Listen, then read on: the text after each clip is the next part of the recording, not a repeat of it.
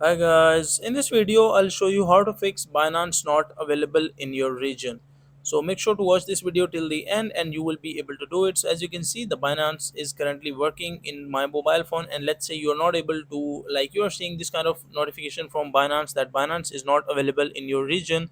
So what you can do is just make sure to clear or clean the cache and data of your Binance app, or you can just delete or uninstall the application from your mobile phone. And once you uninstall, just go to the App Store or Play Store and re-download the application.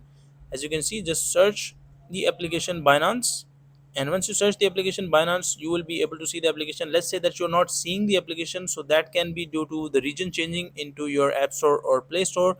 So just click on your profile icon and go to into like your Apple ID. Just click on the profile and they will ask to enter your password, so make sure to enter the password. And from here you can just change the country or region of your App Store or Play Store. So just click on country or region, and from here, let's say I have selected the United States, so from here you can just change the country to any other country, like let's say Australia, or let's say for my country this is Pakistan.